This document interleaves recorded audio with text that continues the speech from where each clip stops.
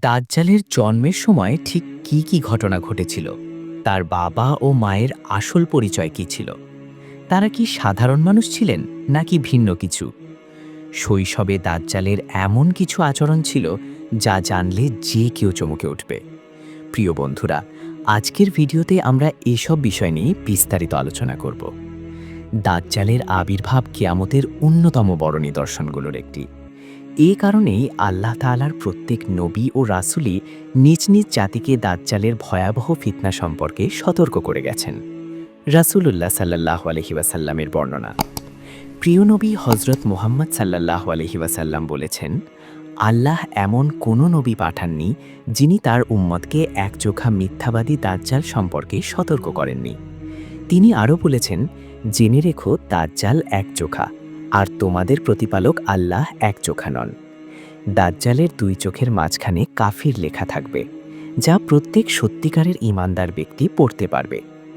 রাসূলুল্লাহ সাল্লাল্লাহু আলাইহি ওয়াসাল্লাম আরও জানিয়েছেন, দাজ্জাল পৃথিবীতে মোট ৪০ দিন অবস্থান করবে। এই ৪০ দিনের মধ্যে প্রথম দিন হবে ১ বছরের মতো দীর্ঘ, দ্বিতীয় দিন হবে ১ মাসের সমান, তৃতীয় দিন হবে ১ সপ্তাহের মতো, আর বাকি দিনগুলো হবে স্বাভাবিক দিনের মতো। পরিবার ও শৈশব। হাদিসে বর্ণিত আছে, দাজ্জালের পিতা ও মাতা প্রায় ৩০ বছর পর্যন্ত সন্তানহীন ছিলেন। এরপর তাদের ঘরে জন্ম নেয় একচোখা একটি পুত্র সন্তান। এই শিশুই ছিল সবচেয়ে ক্ষতিকর এবং কল্যাণহীন। তার দুটি চোখই প্রায় ঘুমিয়ে যেত, কিন্তু তার হৃদয় সব সময় জাগ্রত থাকত। তার পিতার গায়ের রং ছিল গাঢ়, শরীর ছিল শুকনো, আর নাক ছিল পাখির ঠোঁটের মতো। তার মা ছিলেন ভারী গড়নের, লম্বা হাত ও প্রশস্ত বক্ষ বিশিষ্ট। দাজ্জাল এতটাই নিস্তেজ থাকত যে অনেক সময় তার পিতা মনে করতেন সে বুঝি মারা গেছে। জন্মের কিছুকাল পর তার মায়ের মৃত্যু ঘটে। এরপর তার পিতা ছাগল ও গরুর দুধ খাইয়ে তাকে বড় করতে থাকে। দাজ্জালের ফিতনা ও ক্ষমতা। দাজ্জাল মিথ্যাভাবে নিজেকে আল্লাহ বলে দাবি করবে। তার দেখানো ভুয়া অলৌকিক ঘটনা দেখে অনেক মানুষ বিভ্রান্ত হয়ে তাকে বিশ্বাস করবে। তার সঙ্গে থাকবে জান্নাত ও জাহান্নামের মতো দুটি বিষয়, কিন্তু সে যেটিকে জান্নাত বলবে সেটিই প্রকৃতপক্ষে জাহান্নাম হবে। আল্লাহ তাআলা তাকে এমন কিছু ক্ষমতা দেবেন যা মানুষের চিন্তা শক্তিকে হতবাক করে দেবে।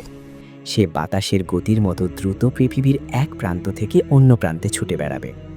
তবে সে মক্কা ও মদিনায় প্রবেশ করতে পারবে না, কারণ সেখানকার প্রবেশপথে ফেরেশতারা পাহারা দেবেন। মদিনার ঘটনা ও দাজ্জালের শেষ পরিণতি।